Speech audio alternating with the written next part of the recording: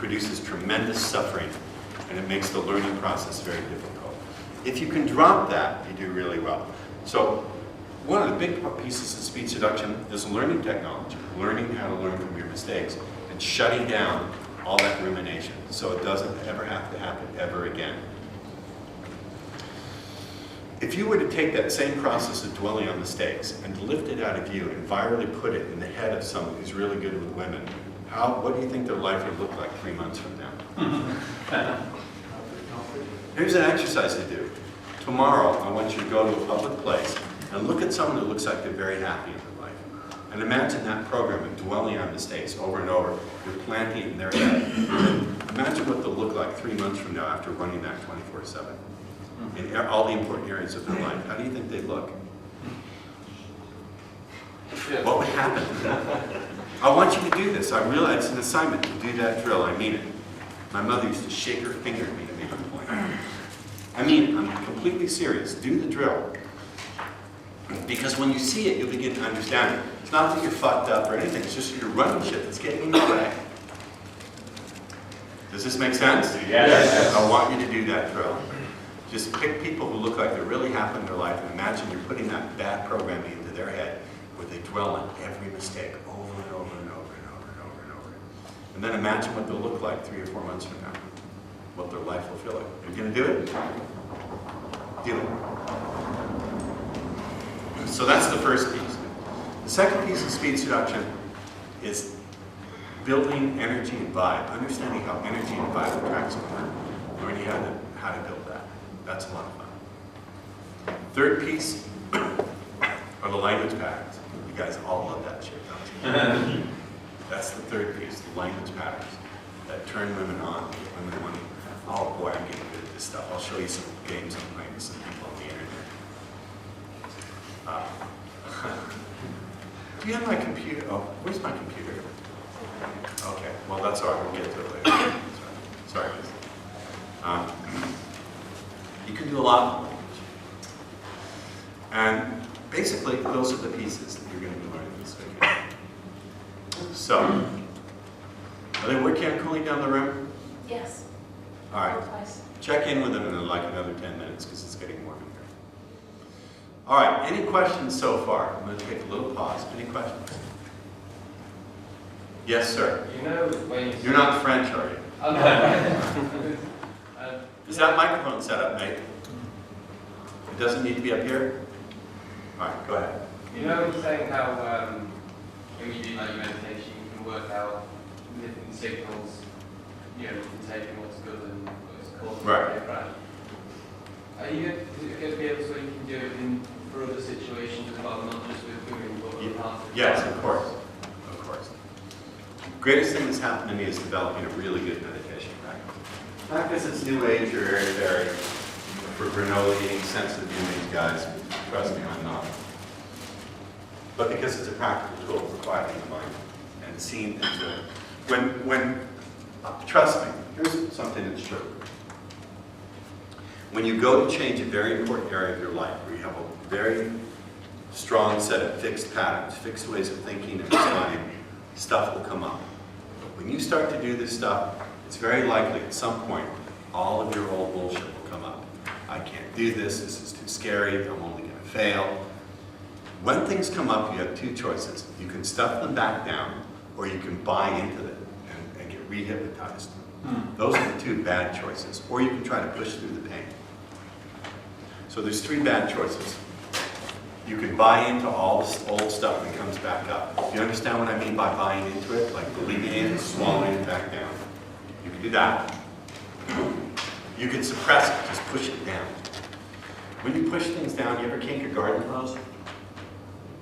You ever take a hose with water and kink it? What happens? Builds up. Pressure. Can we turn that off? Thank you. Please turn off your phone. Who is it? Who's this? It's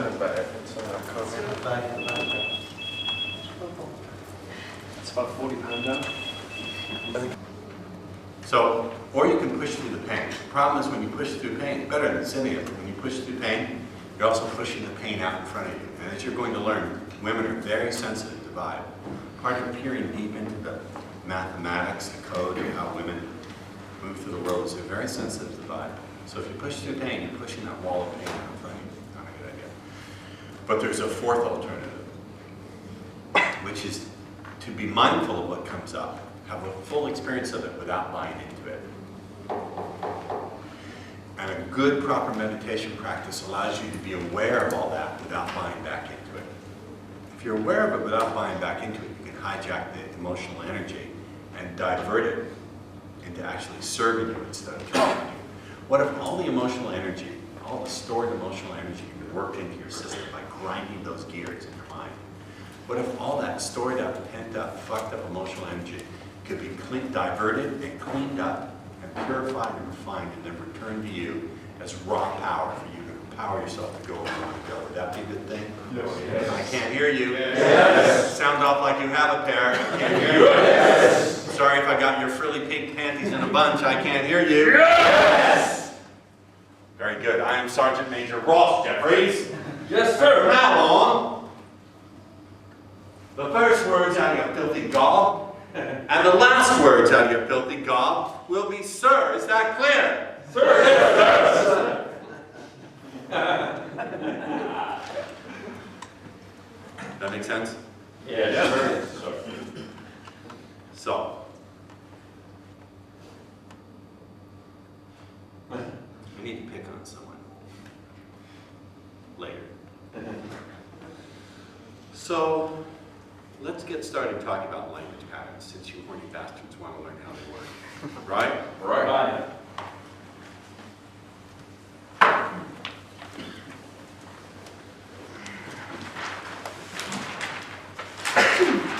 Now, I should say, part of your job as a speed seducer is testing women to see how open they are to this. Speed seduction is not a tool to get laid with every woman you see. Rather, it's a way of filtering for those women who would be fun and good and sexy and hot to be with, who otherwise might not give you a fair try. You understand? Some women are just not going to be open to this, and there are other women, and here's the real tricky thing. Look here. Don't write. There are some women who will be open to it, but you have to do all the talking. You have to talk constantly, and you have to uphold them in that transaction.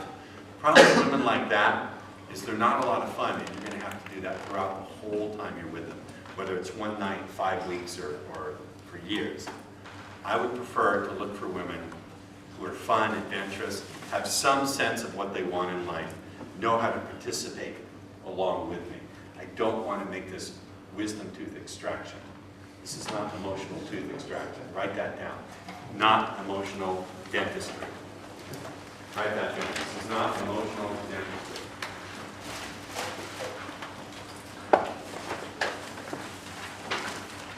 Isn't that nice? The Swiss person brought the chocolate. I'm German. This is going to be to debate all those women out there. You're German? Just kidding. Because you were telling me about I was German. No, a nice Swiss person. Lovely. I'll be giving all this chocolate out to the girls in the hotel. I'll be quiet. Look here. This is not emotional dentistry. You're not going to use this to pull the emotional wisdom teeth of women who need you to do all the work. When you start to get good at this, you'll be able to screen within a minute whether she's a good candidate or not. The joy of this is you're going to get fantastic looking women who are also a lot of fun, who otherwise might not have given you a fair try. You'll be able to get them without having to date. And you'll be able to do it reliably and consistently, but it's not for every woman. So this is not emotional dentistry. Clear? So one of the things you should do, don't do it now, but one of the things you should do is make a list of the emotional qualities in the women who you want to use this with. Let's assume, look up here, we'll just assume that they're hot looking. We'll assume that's a given. Assuming they're hot looking, what are the emotional qualities that you look for? For me, I look for a sharp mind, a sense of adventure, someone who's already sexual and is into sex. It's not my job to convert her from being Queen Victoria to Lindsay Lohan. That's not my job. So she's already got to be into sex. She's got to have good knowledge of her body. She's got to be healthy, adventurous, giving. She's got to be attracted to men who are smart. I have my own list of things, and if they don't fit that, I screen them out. So part of this is learning to screen. Some of you saying, Ross, the only thing I'm screening for is a vagina that's alive. I'm not a direct relative, but lately my mom's been looking pretty good. And so, but if you can screen, what happens is you become more attractive. The irony is, the choosier you are, the more choice you get. You can write that down. The choosier you are, the more choice you get. Now that seems utterly paradoxical to those of you who are going through a 5-year blood prep. Jack, you can get what you want. Was it the choosier you are? The choosier you are, the more choice you get. Yes, my Pepe le plus franchement. You have a point to make. Yes, and how about self-esteem? Good or high self-esteem is good, or? I really didn't understand a word you said. I'm not having fun, but I didn't understand. Eric? You should pray for high self-esteem in the ground. He's French.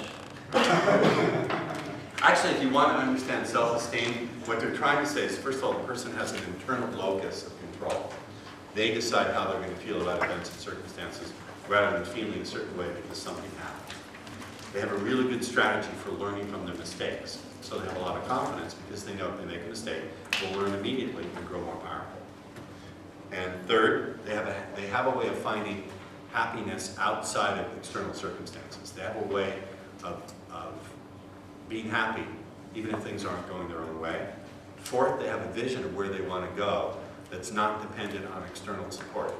But at the same time, can take in information so they can adjust. Right? That's what I think they're trying to say with self-esteem. And 5, they have a really good explanatory style. If something happens that they don't like, they don't say it's because they're a loser or life hates them. They just say, well, something happened, I'll figure it out. That's what really high self-esteem is. But the way it's defined, it has no meaning, it doesn't mean anything. It's like saying, I have high orbital moral wish. So, language. My proposition to you is that when women speak and when women hear language, they process it differently than we do. Not necessarily better or worse, it's just different. And if you take a female brain, here's a female brain, right?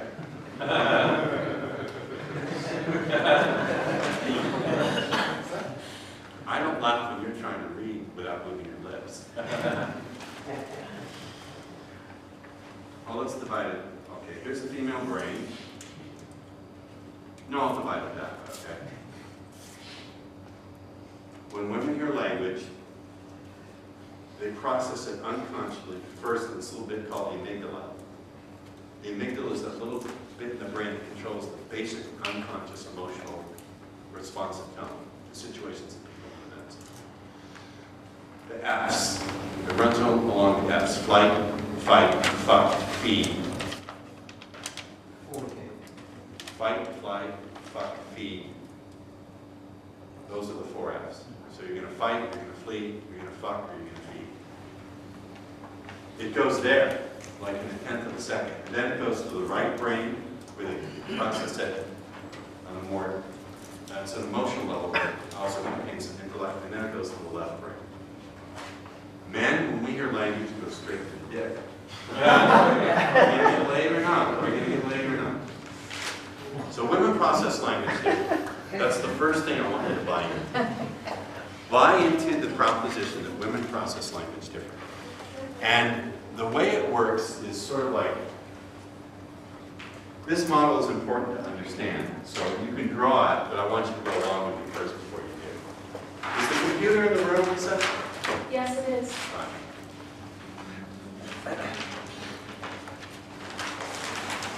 My basic theory, it's only a model, is that women have 4 levels to their mind. It's only a model. I'm not saying it's true, but it's useful. The first level is what I call get it done. This is the get it done level. It's very simple. That's where they keep their checklist, all the things they have to get done. Can you have them check again? It's still very warm in here. I literally just come. Okay. So I just. There's the get it done level. We all have this. We're per checklist. I've got to get the car washed. I've got to get to school. I've got to balance my checkbook. I've got to cheat on my boyfriend. You know, it's all that stuff. And get it done. Make sense? Yes. Second level of mind is what I call the social programming level.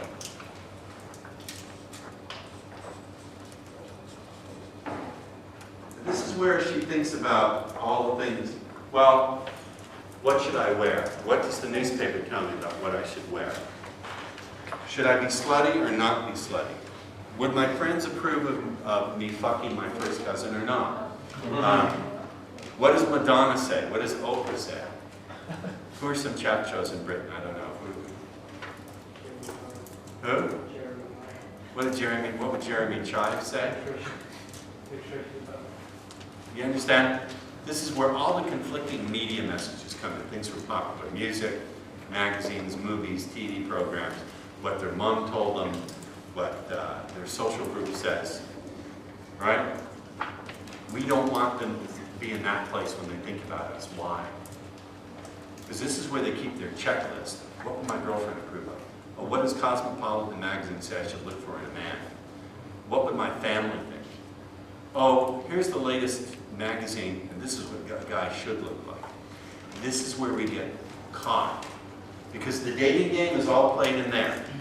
All of the things from dating, like asking her out, or all that stuff is trapped there. We don't want to go there. We don't want to go there. Because for most of us, that's a losing game. For most of us, that's like trying to play blackjack against the house. We're going to have to count our cards pretty closely and try to cheat in that game. For me, here's my definition of gambling. You pay for all my bets. I get to pick what cards I draw, throw out the ones I don't like, and I get to see your cards before I bet. That game I'll sit down and play. But we can't win there. Now, there are certain styles of pickup, I won't mention them. They rely on playing a good game there. They rely on tweaking yourself to look like the kind of guy that women in that particular social group would approve of. So when those methods do work, I won't mention them, but there's a famous candy. You ever see those candies? They're chocolate coated with candy and they come in a bag and they're 2 letters. And, okay, give you a hint what method that is. When that method does work, that method is designed to tweak yourself so you act and look and live the lifestyle the guy women in that social circle who live in clubs would actually like to be around. It's the ultimate supplication because you're changing yourself to being the kind of person, the kind of life that women would be attracted to. That's the ultimate supplication. We don't want to go there. I don't want to go there.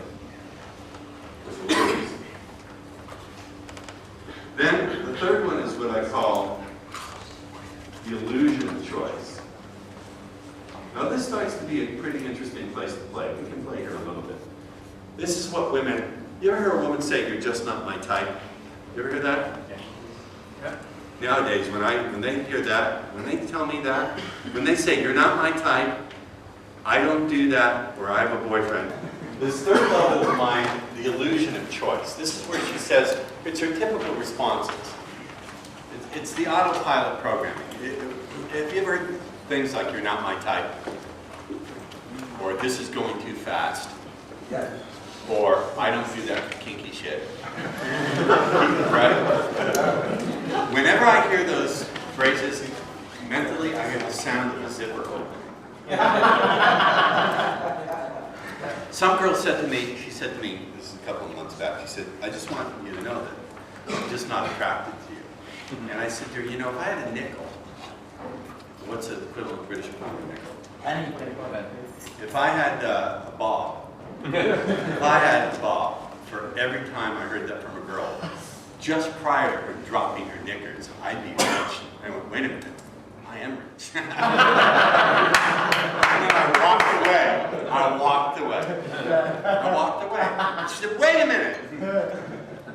And And I changed the subject. I said, anyway, when you were a little girl, was there some candy that was the king of your candy castle? And she said, well, I like so-and-so. I said, isn't it interesting how when we're kids, the beginning of the same sounds and the same responses we'll have to adult pleasures start right as kids when we pop a piece of candy in your mouth and you really want to taste. Remember that? And even a cookie brought so much excitement, jumping up and down. Whatever happened to that ability to stop? It's so open to pleasure, you just couldn't stop bouncing around because there's something you wanted. So anyway, what I'll do is I'll go into something and pull it away. Go into something and pull it away. And every time she reaches for more, she's investing in it more and more and more. I was having a discussion today. The metaphor I use is, you got to get women, I'll show you how to do this, to invest in this. It's not you doing all the talking. She's got to invest and reach for it. Because every time she reaches for it, she confirms for herself that she wants it, and you're the one with the value. You're the one who she has to chase after. Wouldn't that be really good, guys? Yeah. How many would like that? Not just that they're into you, but they're chasing after you. Would you like that? Yes. You've got to condition that early on by how you present things, and then you change the subject. And if she reaches for more, then you go back and give her more.